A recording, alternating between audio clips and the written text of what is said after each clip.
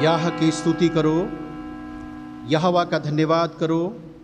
हे परम प्रधान परमेश्वर, तेरे नाम का भजन गाना और प्रातःकाल को तेरी करुणा और प्रतिरात्रि को तेरी सच्चाई का प्रचार करना, 10 तार वाले बाजे और सारंगी पर, बीड़ा पर गंभीर स्वर से गाना भला है।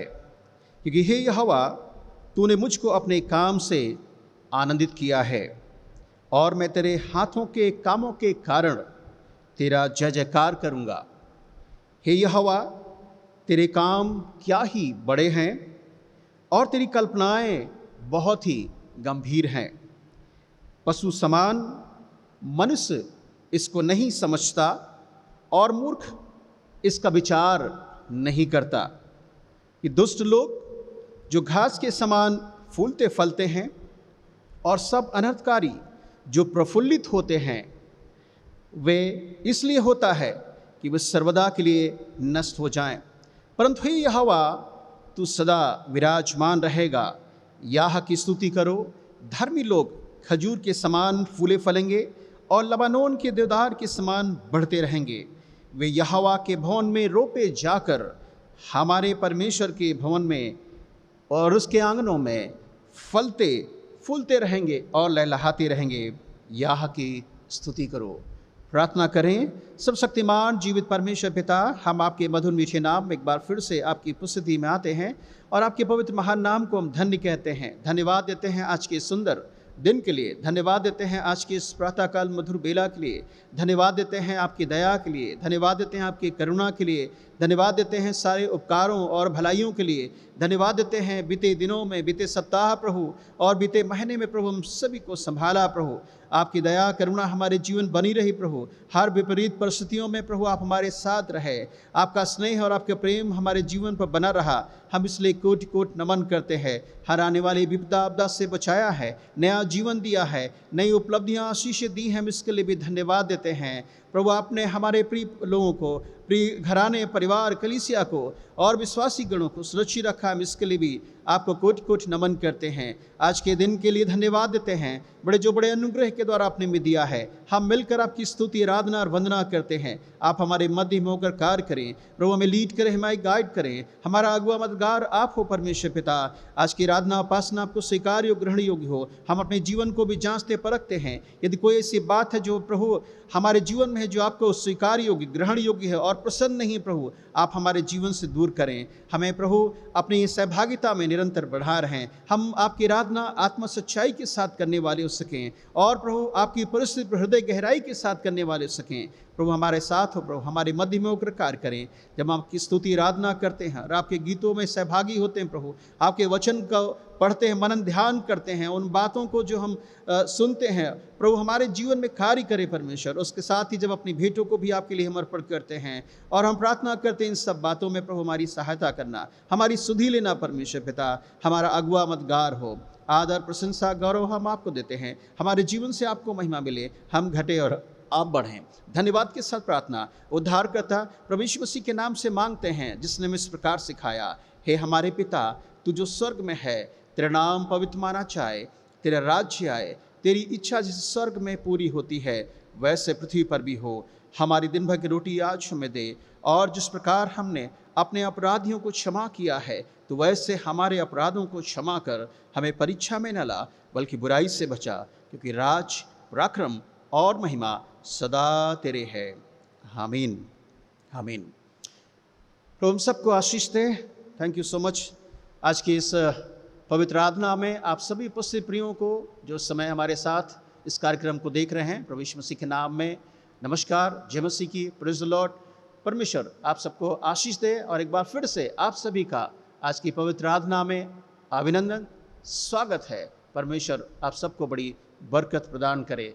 आइए आज का हम बाइबल पाठ पढ़ेंगे, जो हमने बाइबल पाठ पुराने नियम से और नए नियम से लिया है। पहला पाठ हम लोग हाग्गे की पुस्तक और उसका दूसरा अध्याय, book of Haggai chapter 2 verse 6, और दूसरा पाठ बुक ऑफ हिब्रू इब्रानियों 12 अध्याय 25 से 29 पद तक। सो हाग्गे की पुस्तक हमें क्या सिखाती है हम देखेंगे। हाग्गे और उसका दूसरा अध्याय और उसका 6 पद देखेंगे, 6 बल्कि 7 भी पढ़ेंगे। Book of Haggai chapter 2 verse 6 and 7। यहाँ पर इस प्रकार लिखा है, क्योंकि सेनाओं का यहोवा यों कहता है, अब थोड़ी ही देर बाकी है कि मैं आकाश और पृथ्वी और समुद्र और स्थल सबको कंपित करूँगा, और मैं सारी जातियों को कँपाऊँगा, और सारी जातियों की मनभावनी वस्तुएं आएंगी, और मैं इसे भवन को अपनी महिमा के तेज से भर दूंगा। सेनाओं का यहोवा का यही वचन है। दूसरा पाठ हम लोग देख लेंगे जो हमें इब्रानियों और उसका 12 अध्याय, book of Hebrew chapter 12 and verse 25 onwards. 12 अध्याय का 25 पद से, इब्रानियों 12 अध्याय 25 पद से देखेंगे, लिखा है, सावधान रहो और उस कहने वाले से मुंह ना फेरो, क्योंकि वे लोग जब पृथ्वी पर की चेतावनी देने वाले से मुंह मोड़कर ना बच सके, तो हम स्वर्ग पर से चेतावनी करने वाले से मुंह मोड़कर क्यों कर बच सकेंगे। उस समय तो उसके शब्द ने पृथ्वी को हिला दिया, पर अब उसने ये प्रतिज्ञा की है कि एक बार फिर मैं केवल पृथ्वी को नहीं वरन आकाश को भी हिला दूंगा। और ये वाक्य एक बार फिर इस बात को प्रकट करता है कि जो वस्तुएं हिलाई जाती हैं वे सृजी हुई हैं। सृजी हुई वस्तुएं होने के कारण टल जाएंगी, ताकि जो वस्तुएं हिलाई नहीं जाती हैं वे अटल बनी रहती हैं। इस कारण हम इस राज्य को पाकर जो हिलने का नहीं, उस अनुग्रह को हाथ से ना जाने दें, कि जिसके द्वारा हम भक्ति और भय सहित परमेश्वर की ऐसी आराधना कर सकें जिससे वो प्रसन्न हो। परमेश्वर के वचन के पढ़े जाने और सुने जाने द्वारा परमेश्वर हम सबको आशीष प्रदान करे। इसमें हम एक गीत परमेश्वर की महिमा में सुनेंगे और उसके बाद प्रभु के वचन को सुनेंगे। तो इसमें गीत सुने।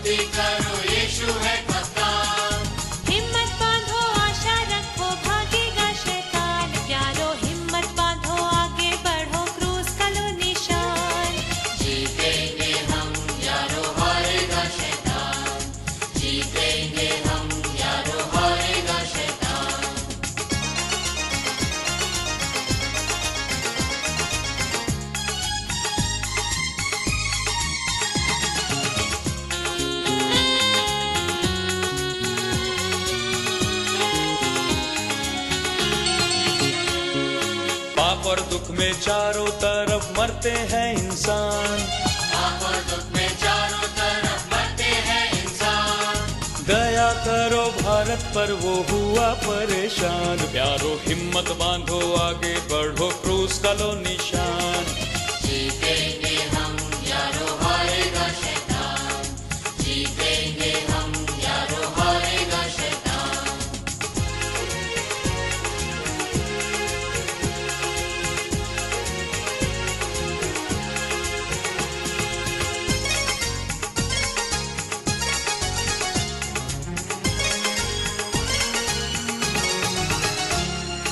घर घर जाकर करो प्यारो यीशु का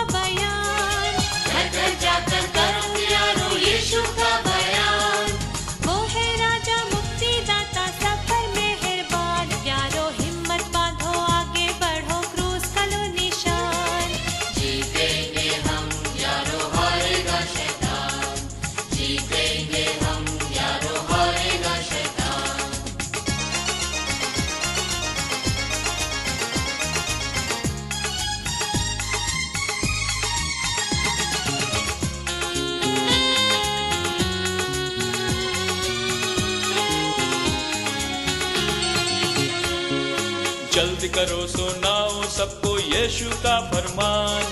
जल्दी करो सुनाओ सबको यीशु का फरमान। पापी बचते जाते लाते जो उस पर ईमान। प्यारो हिम्मत बांधो आगे बढ़ो क्रूस का लो निशान। जीतेंगे हम यारो हारेगा शैतान। जीतेंगे हम यारो हारेगा शैतान।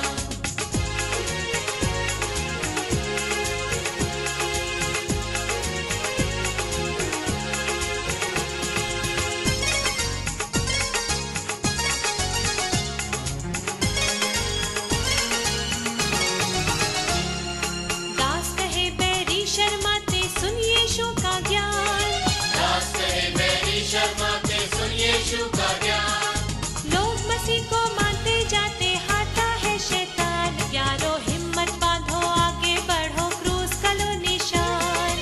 जीतेंगे हम यारो हारेगा शैतान। जीतेंगे हम यारो हारेगा शैतान। जीतेंगे हम यारो हारेगा शैतान। आज का जो विषय है और हागे की पुस्तक को जब हम 2 अध्याय पढ़ते हैं और इब्रानियों की पुस्तक 12 अध्याय पढ़ा है, उसके आधार पर आज का विषय है कि वो कहता है I will shake all this thing and I will shake all the nation. मैं सारी चीज़ों को हिलाऊंगा और सारे राष्ट्रों को भी हिलाऊंगा। परमेश्वर के वचन से हम मनन करेंगे कि प्रभु इस हिलाने के बारे में क्या बात बताना चाहता। कहता है मैं I will shake all the Nations and all things. मैं सभी चीज़ों को हिलाऊंगा। उसके संबंध में सबसे पहले हम पहली बात देखेंगे कि इसका कारण क्या है, क्यों परमेश्वर कहता है कि मैं सारी चीज़ों को हिलाऊंगा, सारे राष्ट्रों को हिलाऊंगा। नंबर 2, इसमें क्या क्या परमेश्वर हिलाएगा वो भी हम परमेश्वर के वचन से देखेंगे। नंबर 3, ये देखेंगे क्या परमेश्वर कोई ऐसी चीज़ भी रखी जिसको नहीं हिलाएगा, उसके बारे में भी देखेंगे। चौथी बात हम देखेंगे विपत्ति के समय जब ये दुनिया हिलाई जाएगी, राष्ट्र हिलाए जाएंगे, चीज़ें हिलाई जाएंगी, तब हम कहाँ जाएंगे, हमारी सहायता कौन करेगा। 5वीं अंतिम बात, हम इन सब से बचने के लिए क्या उपाय करें।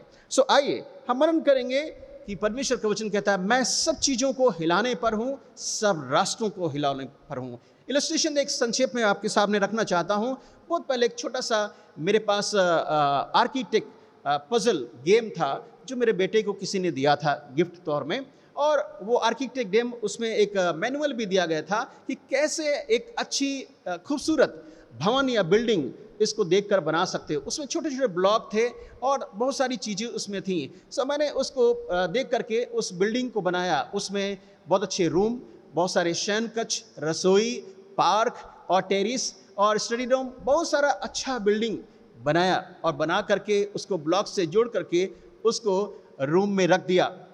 और उसको जब देखा था बहुत सुंदर लगता, उसको देख करके बाहर गार्डन, पार्किंग सब कुछ था, बहुत सुंदर लग रहा था। और कुछ दिन बाद हम जब देखे कि वो बिल्डिंग बहुत अच्छी लग रही है, अचानक मेरा काम करते करते उस बिल्डिंग में वो जो ब्लॉक से बनाया गया था हाथ लग गया, और बिल्डिंग जो ब्लॉक से बनाई गई थी वो अचानक धराशायी हो जाती है, गिर जाती है और सब कुछ ख़त्म हो जाता है। बड़ा अफसोस जाहिर होता है देख कर कि सुंदर ब्लॉक उससे किस तरह से वो बिल्डिंग को बनाया गया और हिलाने के द्वारा उसको धीरे से किस तरह से वो बिल्डिंग गिर जाती है। इसी रीत से हमारा परमेश्वर भी इस खूबसूरत दुनिया को जो बनाया है मेरे प्रियो, अपने हाथों से रचा है। एक दिन इस दुनिया को जिसमें बहुत सुंदर महल, घर और बहुत सारी चीज़ें पाई जाती हैं, वो उनको धराशायी करेगा। क्योंकि बाइबल का वचन हमें सिखाता है, परमेश्वर बताना चाहता है। जब हम हागे की पुस्तक में पढ़ते हैं तो हागे इस बात की प्रोफेसाई करता है कि वो कहता है कि आने वाले समय में इन सब बातों को परमेश्वर हिलाएगा। हागे का अर्थ सबसे पहले देखेंगे। हागे एक छोटा नबी है और वो हागे हाग शब्द से आया है जिसका मतलब होता है प्रसन्न या पर्व भी। ये जो हागे नाम जो रखा गया है, ये इतिहासकारों का, लेखकों का ऐसा मानना है कि निश्चित रूप से जो छोटा नबी हागे है उसका जन्म ये पर्वों, जो झोपड़ी के पर्व तंबुओं के पर्व मनाए जाते हैं, उन पर्वों में एक पर्व के दिन शायद इनका जन्म हुआ है और इसी से इनका नाम हागे रखा गया। हागे जो है 520 BC, 520 साल यीशु के पहले ये भविष्यवाणी करता है कि लोग जो बंधुआई से बाहर आ गए हैं और वो किस तरह से अपने जीवन को यापन कर रहे हैं। हागे उनको बताना चाहता है कि वो जो परमेश्वर का घर है, परमेश्वर की जो सेवा है, उसमें लापरवाही सुस्तीपन किया जा रहा है और परमेश्वर का भवन बिगाड़ पड़ा है, उनको बताना चाहता है। उनको कई बार चेतावनी देता है, कहता है कि तुम्हारे लिए रहने के घर हैं पर परमेश्वर के कार्य को करने के लिए तुम्हारे पास समय नहीं है। और इस तरह से हागे और आगे भविष्यवाणी करता है। दूसरे अध्याय में वो एक बहुत बड़ी बात करता है और चेतावनी देता है, कहता है परमेश्वर हमारे विरुद्ध में है। और वो कहता है I will shake all this thing, I will shake all the nation. वो कहता है मैं सब चीज़ों को हिलाऊंगा, सारे राष्ट्रों को हिलाऊंगा। अब देखेंगे क्यों, कारण क्या है। इसका सर्वप्रथम कारण हम देखेंगे जो हमें परमेश्वर के वचन से हमें पढ़ने को मिलता है, जो आप हमारे साथ निकाल सकते हैं। Book of Jeremiah chapter 45 verse 4 and 5। I would like to read for you यिर्मयाह की पुस्तक और उसका 45 अध्याय 4 और 5 पद में अगर आप पढ़ेंगे तो यिर्मयाह क्या कहना चाहता है, what is the reason behind it, why the lord going to shake all this thing and all the nation, what is the reason. Listen carefully, लिखा है यहोवा यूं कहता है, देख सारे देश को जिसे मैंने बनाया है उसे मैं ढा दूंगा और उखाड़ फेंकूंगा। यिर्मयाह क्या कहना चाहता है, इस वचन के द्वारा हमारी आंखों को परमेश्वर खोलना चाहता है, हमें अलर्ट करना चाहता है और हमें बताना चाहता है कि what going to happen the days to come. आने वाले समय में, आने वाले दिनों में क्या होगा। वो कह रहा है मैं जो कुछ बनाया है मैं उसको ढा भी दूंगा और उखाड़ फेंकूंगा। मेरे प्रियजनों, आज की परिस्थितियों को जब आप देख रहे हैं, दुनिया में क्या हो रहा है, आज हम देख रहे हुए लोग हिले हुए हैं। अभी आप देख सकते हैं कि अभी अम्फा तूफान जो आया है, लोग कितने उससे डरे और सहमे थे। मेरे प्रियो, ये सब चीज़ें हमें क्या दिखाती हैं, ये सब चीज़ें हमें अलर्ट करती हैं कि परमेश्वर के आने का समय नज़दीक है, उसकी आमद का समय नज़दीक है। और उसके आने से पहले ये सारे निशानात जो हैं, चिन्ह हैं, जो मत्ती अपनी पुस्तक में लिखता है कि आने वाले समय में यह सब चीज़ें होंगी। परमेश्वर चाहता है कि हम इनसे अलर्ट हो जाएं और हम परमेश्वर के भय में बढ़ने वाले हो सकें। आगे एक और कारण हम देख सकते हैं, उत्पत्ति की पुस्तक अगर आप 6 अध्याय मेरे साथ निकालेंगे तो वहाँ लिखा है क्योंकि मनुष्यों की बुराई पृथ्वी पर बढ़ गई है और उनके मन के विचार भी जो उत्पन्न होते हैं वे सदा बुरा ही होता है।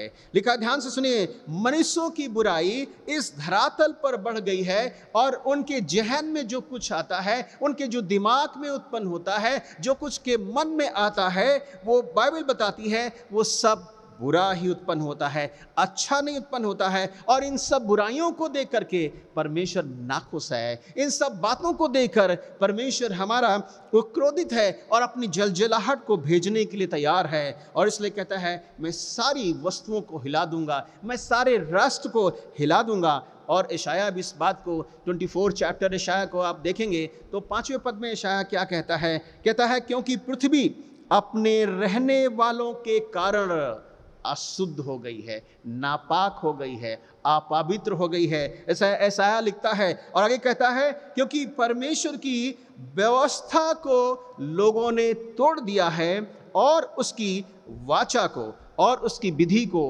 पलट दिया है। आप देख सकते हैं इसका कारण क्या है। आज जो है मनुष्य अपने जीवन में परमेश्वर की इन व्यवस्थाओं को किस तरह से तोड़ मरोड़ दिया है, उनको उलट पुलट दिया है, उनमें कितने मिलावट कर दी है। आज जो परमेश्वर की व्यवस्था है, परमेश्वर का जो लॉ है, जो परमेश्वर की विधि है, उसको लोगों ने मिलावट कर दी है, तोड़ मरोड़ कर दी है। इंसान ने अपने कानून बना लिए हैं, परमेश्वर की व्यवस्था को ताक पर रख दिया है। आज इंसान डॉक्ट्रिन डॉक्ट्रिन डॉक्ट्रिन चिल्ला रहा है, पर परमेश्वर की डॉक्ट्रिन को गंभीरता से ले रहा है, उसको तो ताक पर रख दिया है, उसको तो मानना नहीं पसंद करता है। व्यवस्था की पुस्तक में जो व्यवस्थाएं लिखी हैं, आज्ञाएं लिखी हैं, 10 आज्ञाओं को, उनको हम गंभीर तौर से नहीं लेते हैं। हम परमेश्वर की विधि को पलट दिया है।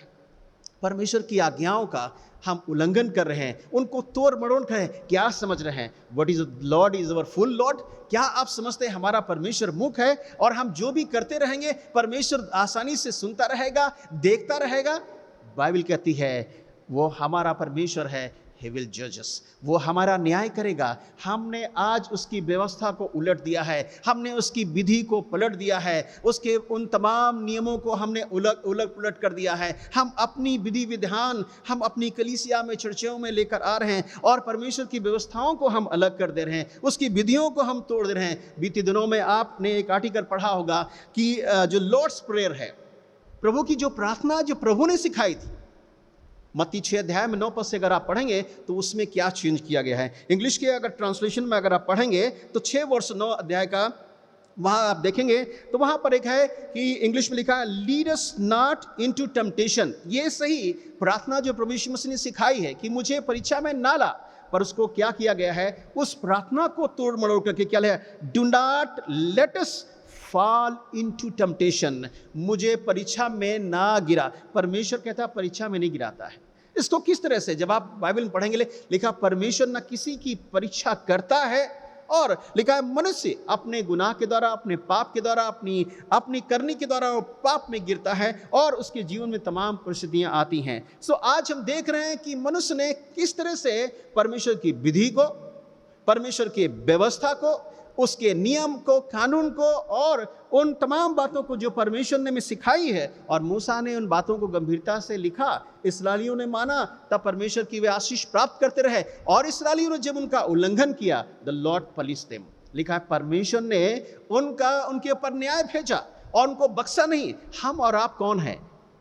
परमेश्वर हमारा और आपका न्याय करेगा।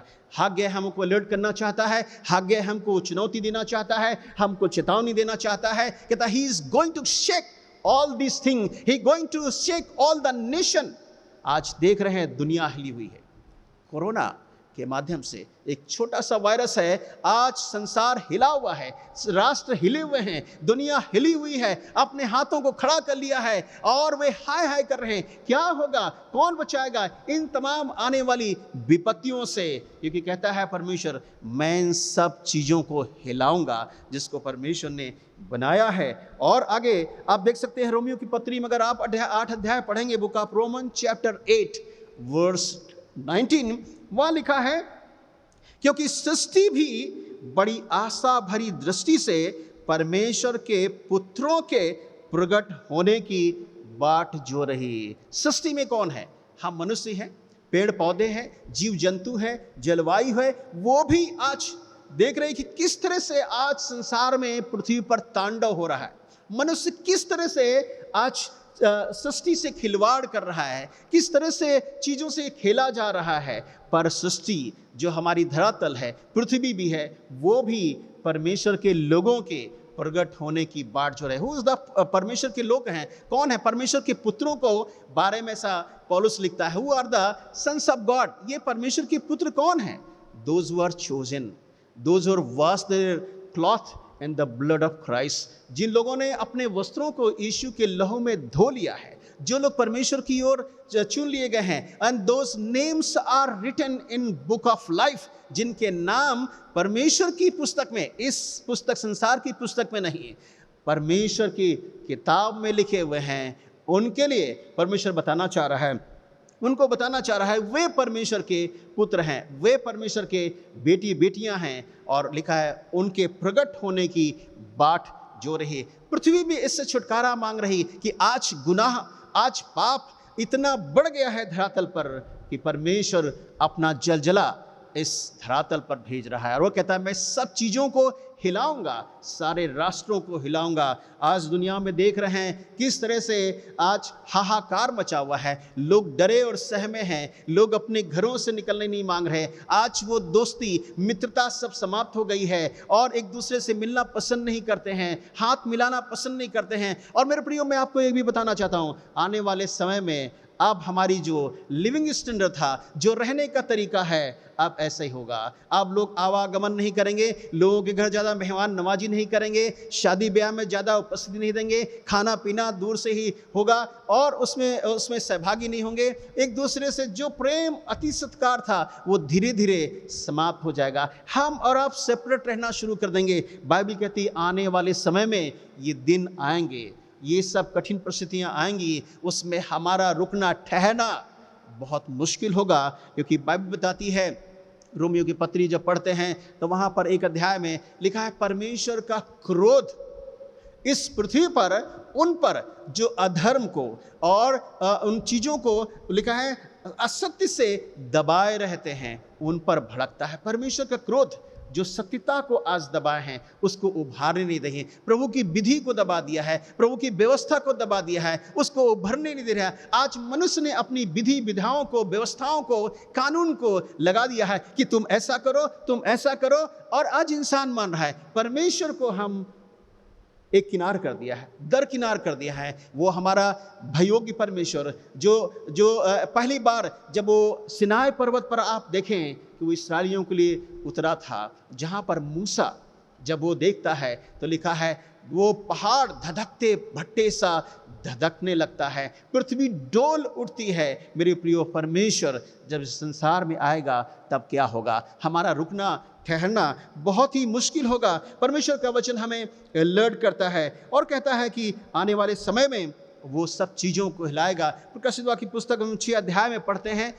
रेवलेशन चैप्टर 6 वर्स 17 में इस प्रकार लिखा है यूहन्ना इस बात को देख रहा है कि उसके प्रकोप का भयानक दिन आ पहुंचा है। ध्यान से सुनिएगा, उसके प्रकोप का भयानक दिन आ पहुंचा है। ये वचन जो मैं बोल रहा हूँ ये डराने को नहीं मैं बोल रहा हूँ, पर क्या व्हाट इज़ द रियलिटी, सच्चाई क्या है, ये मैं नहीं बोल रहा हूँ। ये मेरा ज्ञान नहीं, मेरी फिलॉसफी नहीं है, मेरे वचन नहीं है, मैं अपनी तरफ से नहीं, मगर जो परमेश्वर के वचन में जो लिखा है मैं आपको पढ़कर उसको आपके सामने मैं एक्सप्लेन करना चाहता हूँ। और इसलिए यहाँ लिखा है उसके प्रकोप का भयानक दिन, टेरर जिसे बोलते हैं, भयानक दिन आ पहुँचा है। आप उसके सामने कौन ठहर सकता? Who is able to stand before that? उसके सामने कोई रुकेगा? राइट? आपने अभी अम्फा तूफान देखा होगा, किस तरह से प्रशासन ने किस तरह से अपने तमाम कामों को किया, और जो वहाँ पर समुद्र के किनारे आसपास थे उड़ीसा और बंगाल में, उन चीज़ों को, उन लोगों को जो वहाँ पर थे उनको सबको हटाया गया, कच्चे मकान खाली कर दिए गए, वहाँ से हटा दिया, 100 साल पुरानी बिल्डिंग को भी खाली करा दिया। ये क्या दिखाता है कि आने वाले समय में the Lord will shake all this thing, परमेश्वर सब कुछ हिलाएगा। और आप देख सकते हैं कि इन सब आने वाले तूफानों से, बवंडर से, ये सब क्या बताना चाह रहा परमेश्वर? कहता है उसका क्रोध का दिन आ चुका है, उसका वो भयानक दिन आ पहुंचा है, उसके सामने कोई रुक नहीं सकता है, ठहर नहीं सकता है। इस बात को यशाया भी अपनी पुस्तक में लिखता है, 13 चैप्टर वर्स 6 और 8 में आप देखेंगे तो लिखा है, यशाया कहना चाहता है हाय हाय करो क्योंकि यहोवा का दिन समीप आ पहुंचा है। हाय हाय करो क्योंकि परमेश्वर का दिन नज़दीक आ पहुंचा है। और परमेश्वर का वचन कहता है, यीशु मसीह ने कहा, देख मैं द्वार पर ही खड़ा हूँ, बल्कि मैं शीघ्र आने वाला हूँ। और आगे लिखा है, उनके हाथ ढीले पड़ जाएंगे और वे घबरा जाएंगे क्योंकि उनको बड़ी पीड़ा व शोक होगा। जब विपत्ति आती है, जब हम सुनते हैं, लोग इसकी चर्चा करते हैं, मीडिया के द्वारा हमारे कानों तक पहुंचती है, हम इनको सुनते हैं, हम चिंतित हो जाते हैं, घबरा जाते हैं। अब सोचते हैं कि हम कैसे रहेंगे, हमारा परिवार क्या होगा, और जो हमारे इष्ट मित्र हैं वो कैसे होंगे, हमारे अजीज सगे संबंधी कैसे होंगे, हमारे माता पिता, हमारे भाई बहन। हम अपनों की चिंता करना शुरू कर देते हैं भयानक दिन आने से पहले। वो लिखा है अचानक ये सब कुछ होगा। यशाया कहना चाहता, उनके हाथ ढीले पड़ जाएंगे और वे घबरा जाएंगे, बेचैनी आ जाती है। चेहरे को आप पढ़ सकते हैं, जब इन चीज़ों को आप देखें तो इंसान के चेहरे पे शिकन दिखाई देती है। आज कोरोना के इस वायरस के द्वारा लोगों के चेहरे आप पढ़ सकते हैं। हर एक व्यक्ति मुंह ढके हुआ है, हर एक व्यक्ति सोशल डिस्टेंसिंग रख रहा है, हर एक व्यक्ति बाजार मार्केटिंग कहीं जा रहा है, दूरी बना कर रखना है। और अपने इस मित्रों से भी, इवन ऑफिस में और जहां हम कार्य करते हैं वहां भी हम दूरी गैप बनाए हुए हैं। क्यों? क्योंकि डर है। हम घबराए हुए हैं, हम चिंतित हैं, हम परेशान हैं, बल्कि कहती है उनके हाथ ढीले पड़ जाएंगे। परमेश्वर का वचन कहता है कि मैं आने वाले समय में इन सब चीज़ों को हिलाऊंगा। क्या क्या परमेश्वर हिलाएगा, क्या क्या परमेश्वर हिलाएगा, हम उनको देख सकते हैं जब प्रकाशित वाक्य की पुस्तक और उसका 6 अध्याय और 12 पद से पढ़ते हैं तो वहाँ लिखा है, 6 चैप्टर हमारे साथ निकाल सकते हैं, बुक ऑफ रेवल्यूशन और उसका 6 अध्याय और 12 पद से। प्रकाशित वाक्य 6 अध्याय 12 पद में क्या लिखा है? लिखा, और जब उसने 6वीं मोहर खोली तो मैंने देखा कि एक बड़ा भूडोल हुआ और सूर्य कंबल की नाई काला और पूरा चंद्रमा लहू सा हो गया और आकाश के तारे पृथ्वी पर ऐसे गिर पड़े जैसे बड़ी आंधी से हिलकर अंजीर के पेड़ में से कच्चे फल झड़ते हैं। मेरे प्रियो, क्या क्या हिलाया जाएगा? यहाँ देख सकते हैं पूरी दुनिया हिलाई जाएगी। यहाँ पर प्रकाशित वाक्य का लेखक यूहन्ना बताना चाहता है कि all entire nation, all entire world will shake it. लिखा है पूरा देश जो है, दुनिया वो हिलाई जाएगी, क्योंकि यहाँ पर जब ये जो घटनाएं घटेंगी, आप देखें भूकंप एक बड़ा बाकी इसके बारे में बाइबल कहती है, और जब उसके बाद में दूसरी विपत्ति जो है वो कहता है सूरज भी हिलाया जाएगा। और वो सूरज कैसा हो गया है? कंबल की नाई काला हो जाएगा। जब वो काला हो जाएगा तो उसका रोशनी, उसका प्रकाश, उसकी ज्योति जाती रहेगी। घोर अंधकार धरातल पर इस दुनिया में आ जाएगा। लिखा है लोगों से मिलना जुलना मुश्किल हो जाएगा, टटोलना, चीज़ों को प्राप्त करना मुश्किल होगा, और ये नेचुरल लाइट तो पहले ही समाप्त हो जाएगी। परमेश्वर का वचन कहता है सूर्य कंबल की नाई और पूरा चंद्रमा लहू सा हो जाएगा। और उसके बाद में लिखा है आकाश में तारे भी जो हैं उनको भी परमेश्वर हिलाएगा। और लिखा है वे ऐसे गिरेंगे जैसे पेड़ से फल या पत्ते गिरते हैं। अभी आपने देखा अम्फन तूफान के द्वारा किस तरह से आंधी तूफान आया और बहुत सारे बड़े बड़े पेड़ धराशायी हो गए, बहुत सारे उनकी पेड़ पत्तियां फल धराशायी हो गए। मेरे प्रियो, ऐसे ही परमेश्वर आएगा और उन चीज़ों को हिलाएगा। मूसा अपनी पुस्तक में, व्यवस्थापन की पुस्तक में लिखता है, कहता है जैसे उकाब अपने घोंसले को हिलाता है। लिसन केयरफुली, लिखा ईगल जब अपने उस घोंसले को हिलाता है, वैसे ही परमेश्वर इस राष्ट्र को, इस देश को, उन चीज़ों को हिलाएगा। क्योंकि परमेश्वर का वचन लिखा है जो बातें यूहन्ना ने लिखी हैं वो सारी बातों को हम इस वर्तमान काल में देख रहे हैं, वो पूरी होती दिखाई दे रही हैं। इसलिए कहता है वो सब कुछ हिलाया जाएगा। आगे देखेंगे क्या क्या और हिलाया जाएगा। देखेंगे पहली बात, पृथ्वी हिलाई जाएगी। ये पृथ्वी जो परमेश्वर ने बनाई अपने आप के सामने हमने पढ़ा, रोमियो का लेखक बुक ऑफ रोमन में पौलुस लिखता है पृथ्वी भी क्या लिखा है? परमेश्वर के पुत्रों की बाट जोरी है, उनके प्रकट होने की बाट, छुटकारा पाई जाती है। और यहाँ पर अगर आप देखेंगे तो अय्यूब लिखता है book of Job chapter 9 verse 6 में, वो कहता है पृथ्वी को हिलाकर उसके स्थान से अलग करेगा।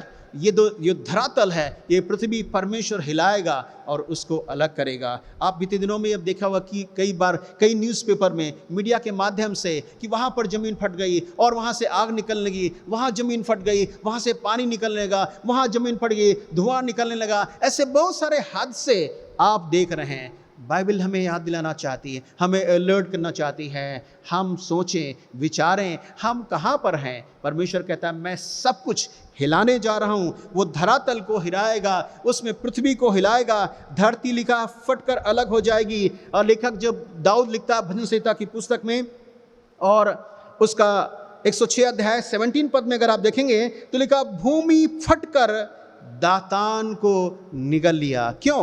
क्योंकि उनके गुनाह अपराध उनके कारण लिखा धरातल फट गई और उसमें समा गए। मेरे प्रियो, हम इस बात को देखते हैं कि आने वाले समय में परमेश्वर कहना चाहता है कि वो धरती को हिलाएगा, पृथ्वी को हिलाएगा। और लिखा है पृथ्वी कांप गई, हिल गई और वो दो भाग हो गई। मेरे प्रियो, परमेश्वर का वचन कहता है वो उनको अलग करेगा। ऐसे आने वाले समय में बहुत सारी घटनाएं होंगी जो परमेश्वर का वचन हमें आगा। और इसलिए मत्ती का लेखक कहता है ये सब जब चीज़ों को देखना तब तुम घबरा ना जाना, क्योंकि इनका होना अवश्य है। These thing would be happen, ये सारी चीज़ों को होना जरूरी है, क्योंकि अगर नहीं होगा तो हमारा ये वचन जो परमेश्वर के उन दासों के द्वारा, अभिषिक्तों के द्वारा लिखा है, वो झूठा हो जाएगा। ये लिखा आसमान और जमीन टल जाएंगे, पर उसकी लिखी हुई, उसकी कही हुई बातें कभी भी न टलेंगी। एक एक पिन पॉइंट सब कुछ पूरा होगा, क्योंकि परमेश्वर ने कहा है कि मैं सब कुछ हिलाने जा रहा हूं। और देखेंगे और क्या परमेश्वर हिलाएगा। आगे कहता है मैं उन सारे बनों को, फॉरेस्ट को, जंगल को भी हिलाएगा। भजन 29 अगर आप पढ़ेंगे वर्स 8। मैं वचनों को क्यों कोट कर रहा हूं? मैं अपनी फिलॉसफी झाड़ सकता हूं, बोल सकता हूं वचनों को, इसलिए कि आप जानें कि ये बात सत्य है या नहीं, ये बात ये सही है कि नहीं। यहाँ पर लिखी है नहीं, साम्स 29 वर्स 8 में लिखा है। इस बात को अगर आप देखेंगे तो लिखा हुआ है कि यहोवा की वाणी है कि वो वनों को भी हिला देती है। यहोवा की वाणी जब गरजती है वे वन भी हिल जाते हैं। और लिखा है कादेश के बनों को भी वो कपा देता है। मेरे प्रिय वचनों को पढ़ें, आप देखें बाइबल हमारी आंखों खोलना चाहता है। बीते दिनों में हम बनों के द्वारा या फारेस के द्वारा, जंगलों के द्वारा, लिखा है उनको हिलाया गया, उनमें आगे लग गई और उनमें जीव जंतु, पशु पक्षी और तमाम जो जंगल था वो जलकर नष्ट और खाक हो गया। अगर आप गूगल पर आप टाइप करेंगे, आप देखेंगे लिस्ट ऑफ फॉरेस्ट जंगल, आप 10 साल या 15 साल की लिस्ट देखेंगे, आपको इतने हादसे दिखाई देंगे। मैं कुछ हादसों को आपके सामने बोलना चाहूँ। कैलिफोर्निया के बारे में आप देखेंगे, वहाँ का जंगल जो है बीते दिनों में आग लगी। न्यूजीलैंड में वहाँ उसके जंगलों में आग लगी। अमेजोन के जंगल में आग लगी और ऑस्ट्रेलिया के जंगलों में आग लगी। ये मैं आपको सामने बड़े बड़े उदाहरण बता रहा हूँ। छोटी छोटी चीज़ों देखिए आप कि किस तरह से परमेश्वर क्या हो रहा है इन सब।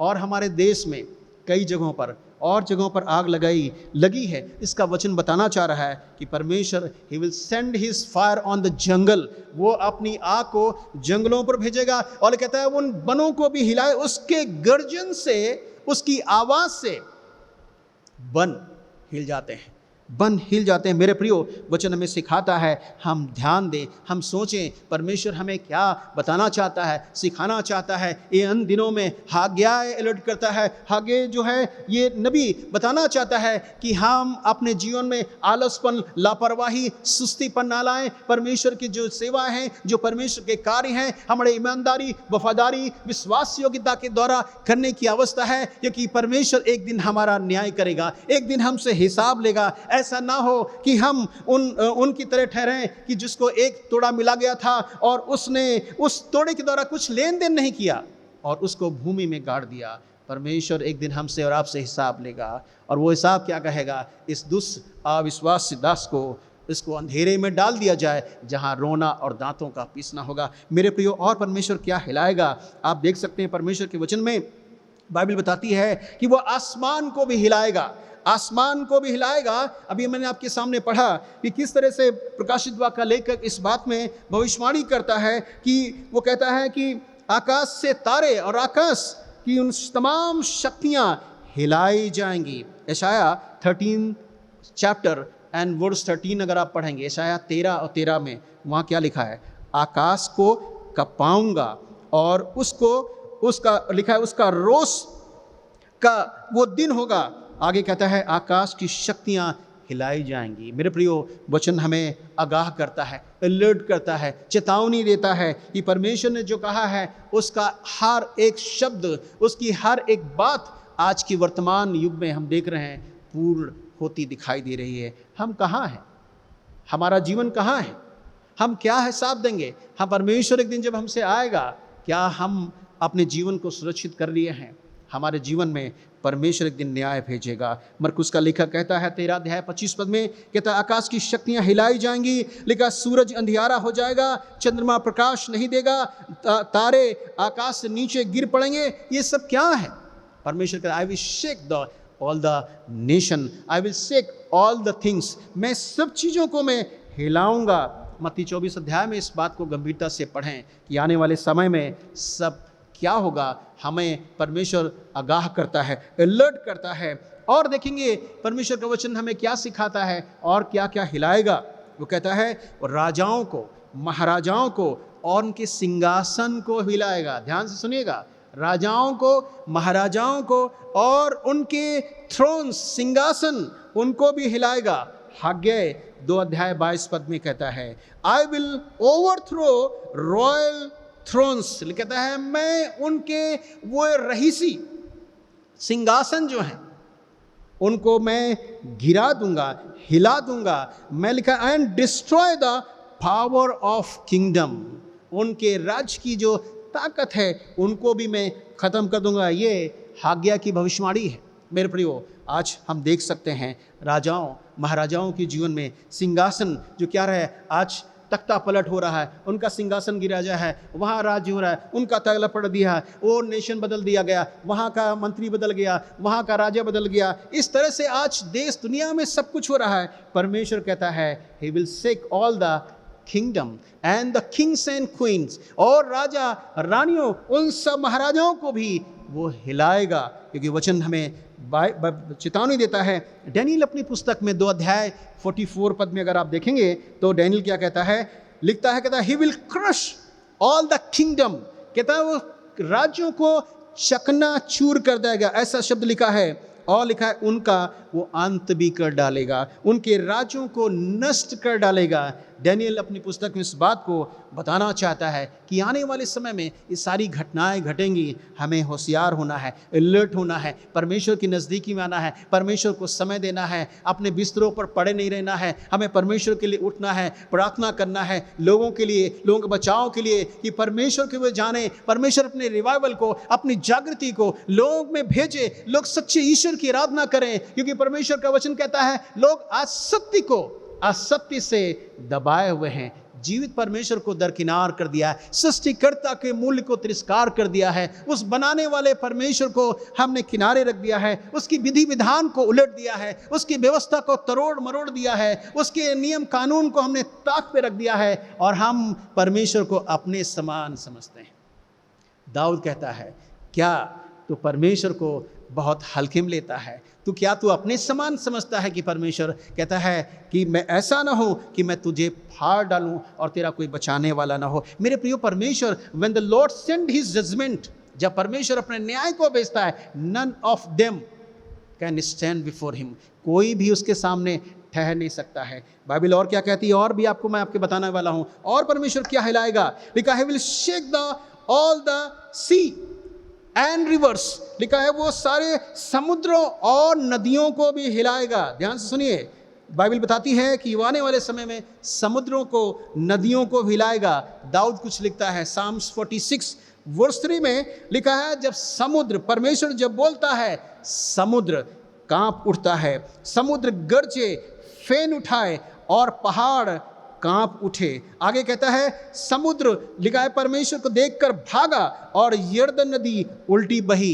दाऊद अपनी पुस्तक में इस बात को लिखता है, परमेश्वर जब बोलता है तो समुद्र भी कांप जाता है, वो गर्जन उठाता है, वो फेन बहाता है। आप अम्फान तूफान में मीडिया वाले दिखा रहे हैं किस तरह से उनकी लहरें ऊपर उठ रही थी। बीते दिनों में आपने देखा, अगर देखें कि अगर 10 साल 15 साल का हिस्ट्री देखें, सुनामी जिसे टी सुनामी कहते हैं, ये क्या है? ये परमेश्वर की ओर से भेजी हुई ये विपत्ति है। और परमेश्वर कहता है जब वो बोलता है तब ये समुद्र की लहरें दीवार की नाई ऊपर उठ जाती हैं और लोगों को और नगरों को, शहरों को वे साफ करती हैं, बहा ले जाती हैं, अपने साथ उनको ख़त्म कर देती हैं।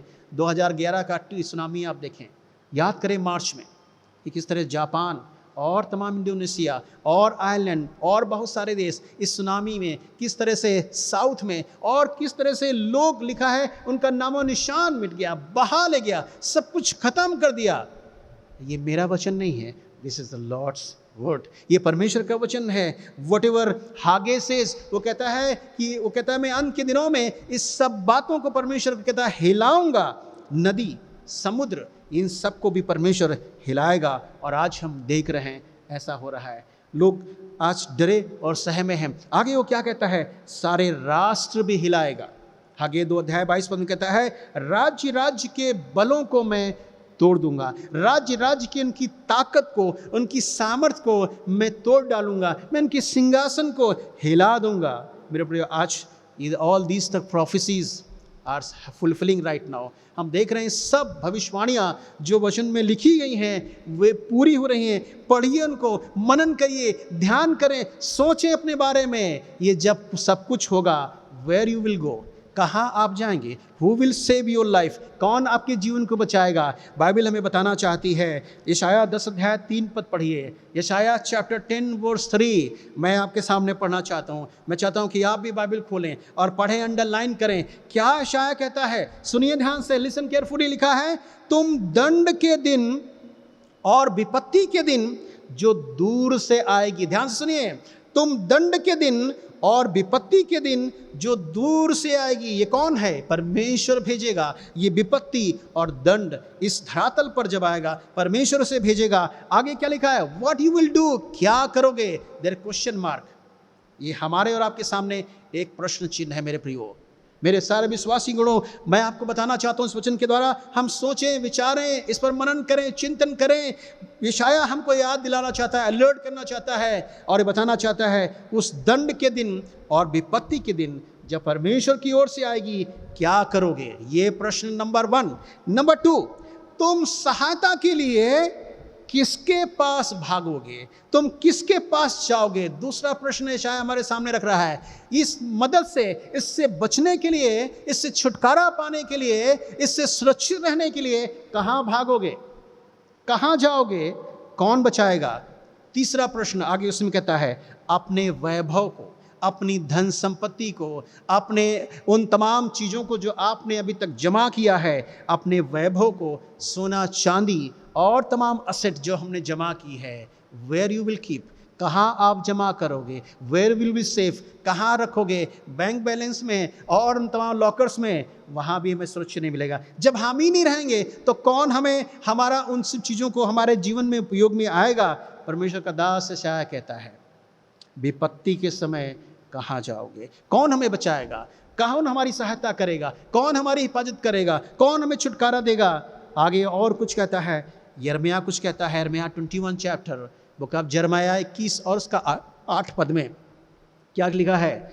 लिखा है, यहोवा यूँ कहता है कि इस प्रजा के लोगों से कहे, देखो मैं तुम्हारे सामने जीवन का मार्ग और मृत्यु का मार्ग दोनों बताता हूँ। ध्यान से सुनिए, यिर्मयाह हमारे सामने एक ऑप्शन रखता है, हमारे लिए एक निर्णय रखना चाहता है कि हम निर्णय लें। आज सोचें, हम विचारें। 2 मार्गों को रखा है उसने, एक जीवन का भी मार्ग है और एक मृत्यु का मार्ग भी है। यिर्मयाह कहता है कि मैं लोगों से कह दे, बता दे कि मैं तुम्हारे सामने 2 मार्ग रखे हैं। एक जीवन का मार्ग है, जो परमेश्वर की भक्ति, भय, विश्वास, योग्यता में चलेगा वो जीवन को प्राप्त करेगा, और जो परमेश्वर के विरुद्ध में चलेगा, उन तमाम विधि व्यवस्थाओं को और परमेश्वर की गंभीरता को अपने जीवन में लेगा, वो लिखा है वो परमेश्वर की दृष्टि से उस विनाश के मार्ग पर चलेगा। इसलिए कहता है, सकेत मार्ग से प्रवेश करो जो जीवन को पहुंचाता है। चौड़ा वो मार्ग है जो विनाश को ले जाता है। बहुत सारे चलेंगे, आपके परिवार के लोग, चाचा भी जा रहे हैं, चाची जाएंगी, बुआ जाएंगी, भाई जाएंगे, बहन जाएंगे, क्योंकि उसमें आनंद है, खुशियां हैं, उसमें कोई तकलीफ नहीं है, उसमें कोई समस्या नहीं है, बड़े आराम से उसमें प्रवेश कर जाएंगे। पर सकरा मार्ग बहुत मुश्किल मार्ग है। तकलीफ़ें आएंगी, समस्याएं आएंगी, निराशाएं आएंगी, चिंताएं आएंगी, बदनामियां उठाना पड़ेंगी, इस सब बातों से हमें गुजरना पड़ेगा। बाइबल के सकेत फाटक से प्रवेश करो जो जीवन को पहुंचाता है। ऐसे ही बाइबल बताती है, हम जब इब्रानियों की पत्री में 12 अध्याय 28 पद में, क्या चीज़ है जो परमेश्वर नहीं हिलाएगा? क्या चीज़ है जो परमेश्वर नहीं हिलाएगा? वो है प्रभु का राज्य। The kingdom of God never be shaken ever. लिखा है, कभी भी वो हिलाया नहीं जाएगा। नेवर एवर विल शेकन। वो उस राज्य को कभी भी नहीं हिलाएगा। मैं आपके लिए पढ़ना चाहूँगा, इब्रानियों 12 अध्याय 28 पद पढ़िए घर में, सुनिए ध्यान से।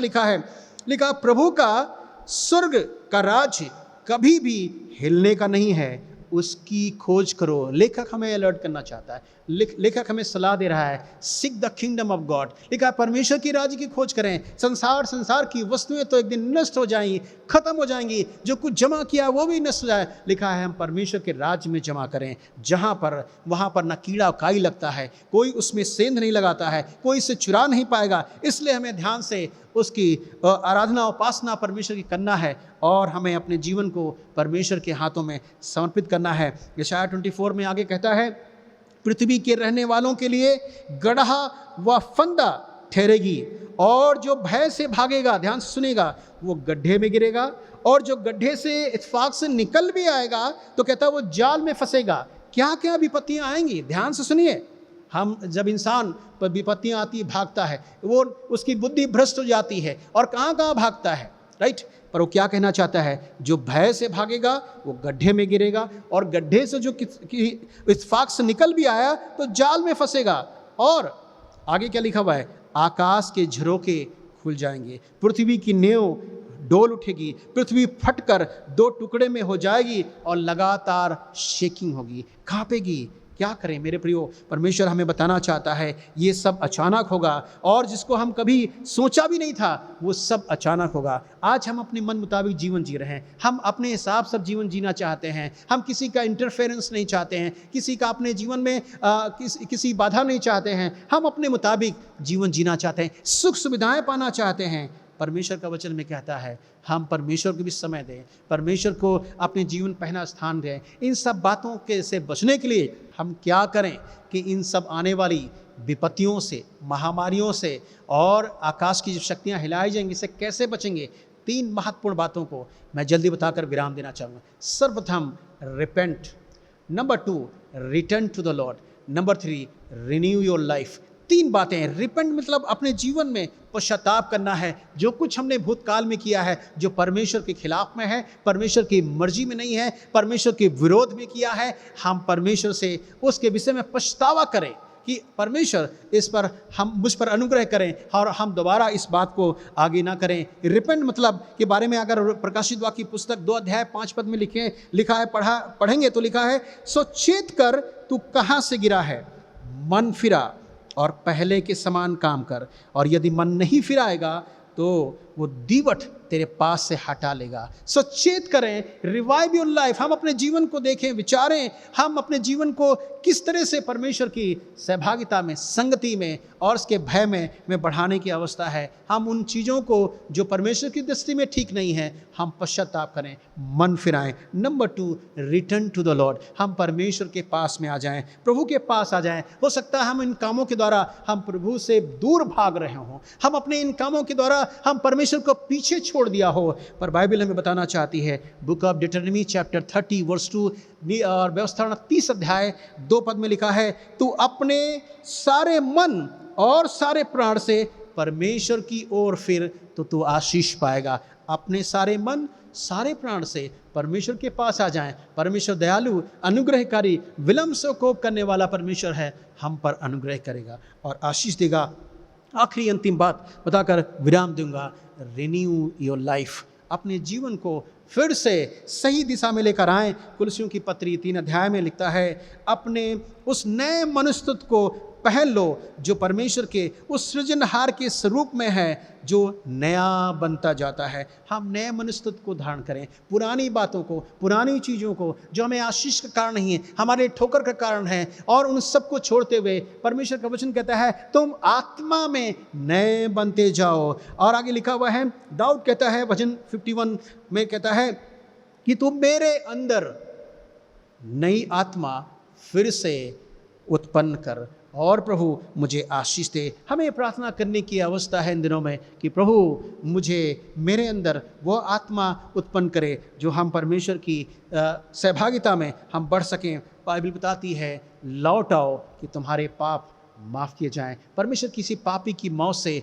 प्रसन्न नहीं होता है, बल्कि वो चाहता है कि हम उसके पास आएं और अपने जीवन को परमेश्वर के लिए समर्पित कर दें, जिससे हमारा जीवन बच जाए और हम परमेश्वर के राज्य के उत्तराधिकारी हो जाएं। परमेश्वर हम सबको ये वचन के द्वारा आशीष प्रदान करे। God bless you, thank you so much. इस समय हम एक गीत सुनेंगे और उसके साथ अपनी भेंटों को प्रभु के कार्य सेवा है तो अर्पण करेंगे।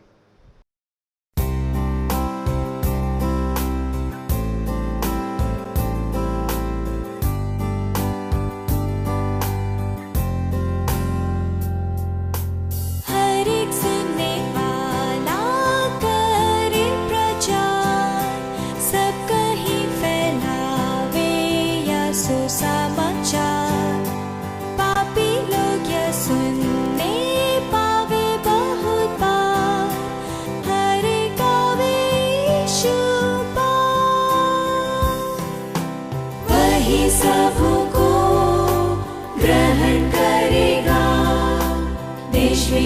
देश लोगों को दे नेवता, किसी को वह नहीं करेगा निकास, हर एक आवे यीशु पास। हर एक आने वाला देर न करे, खुले हुए द्वार के बाहर न रहे, मुक्ति में अभी अपना पाँव धरे, हर एक आवे यीशु पास। वही सबको ग्रहण करेगा, देश विदेश लोगों को दे नेवता, किसी को वह नहीं करेगा निकास, हर एक आवे यीशु पास।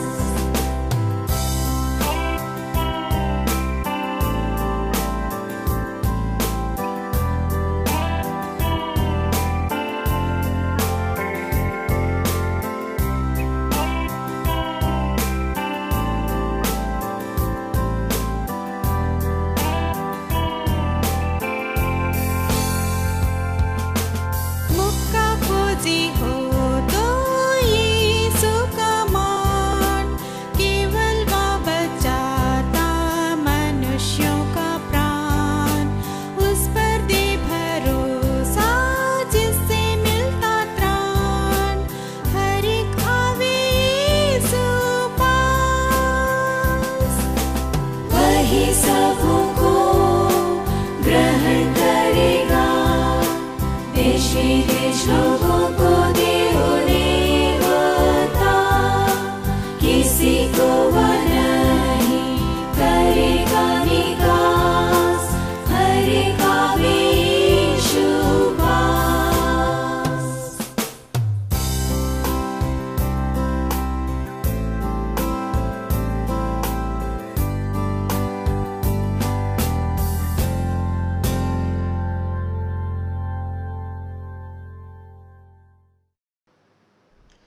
इस समय हम अपने स्थान पर खड़े हो जाएंगे और हम इस समय प्रार्थना करेंगे। दुआ करें, अपनी आंखें बंद करें, प्रार्थना करें।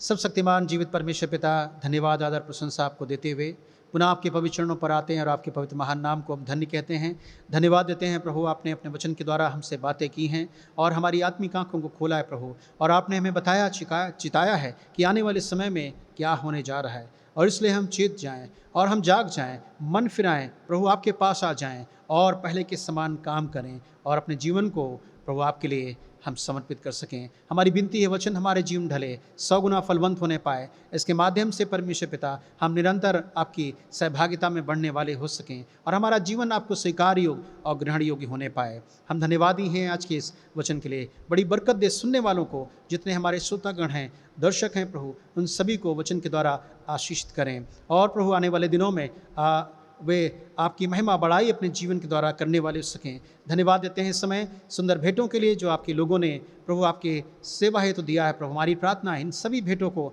आप स्वीकार करें, खर्च हो, आपकी महिमा बढ़ाई इन भेंटों के द्वारा होने पाए। देने वालों को बरकत दें प्रभु और खर्च हो प्रभु, आपकी महिमा हो। प्रार्थना करते हैं आने वाले समय में और भी हम आपकी आशीषों को प्राप्त कर सकें और आपके लिए हम अपने हाथ को बढ़ा सकें। हमारी विनती इस समय परमेश्वर पिता, हम अपने इस कलीसिया के सभी सदस्यों के लिए प्रार्थना करते हैं। हर एक को आशीष प्रदान कीजिए, अच्छा स्वास्थ्य दीजिए, भला चंगा रखें, दुख बीमारी से बचाएं। हमारी एग्जीक्यूटिव कमेटी, एडवाइजरी कमेटी के लिए भी प्रार्थना करते हैं, उन पर भी आपका आशीष भरा हाथ बना रहे। बड़ी बरकत दें परमेश्वर पिता। आने वाला दिन, आने वाला समय प्रभु आपकी महिमा का कारण हो। हम अपने देश के लिए, अपने राज्य के लिए और अपने शहर के लिए भी प्रार्थना करते हैं। बड़ी बरकत और आशीष प्रदान कीजिए। भारत सरकार, राज्य सरकार, देश के सभी मिनिस्टर्स और governor, superintendent police, district collector और प्रभु उन सभी प्रशासनिक अधिकारी जिनकी अधीनता में काम करते हैं, उन सब के लिए हम प्रार्थना करते हैं। हर एक को नाम आशीष प्रदान कीजिए, अच्छा स्वास्थ्य प्रदान कीजिए। इस कोरोना महामारी में जो लोग अपनी सेवाएं दे रहे हैं,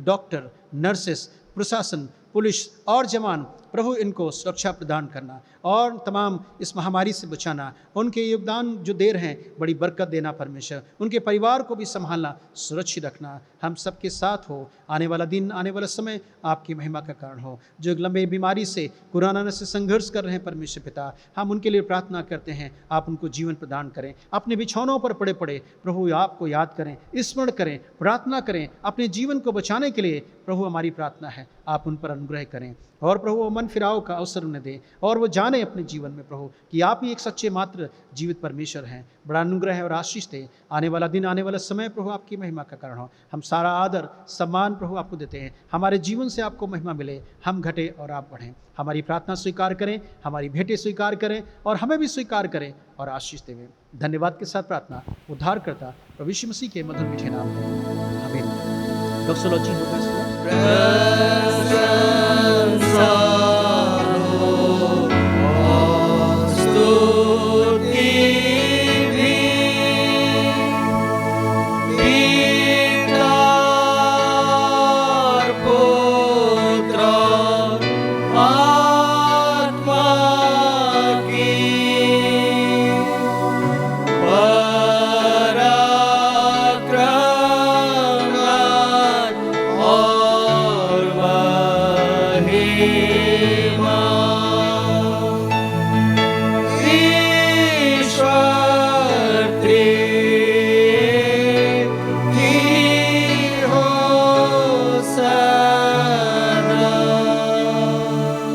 प्रभु यीशु मसीह का अनुग्रह, पिता परमेश्वर का प्रेम, पवित्र आत्मा की सहभागिता, संगति और शांति यीशु मसीह के दूसरे आगमन तक कलीसियाओं के साथ, संसार के समस्त विश्वासियों के साथ आज से लेकर यीशु के दूसरे आगमन तक युगानुगान तक होती रहे। आमीन।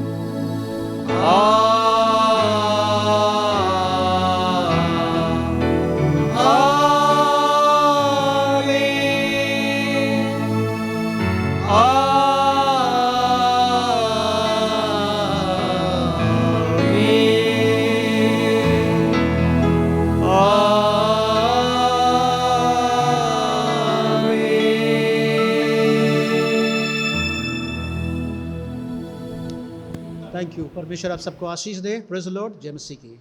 आपका दिन शुभ हो।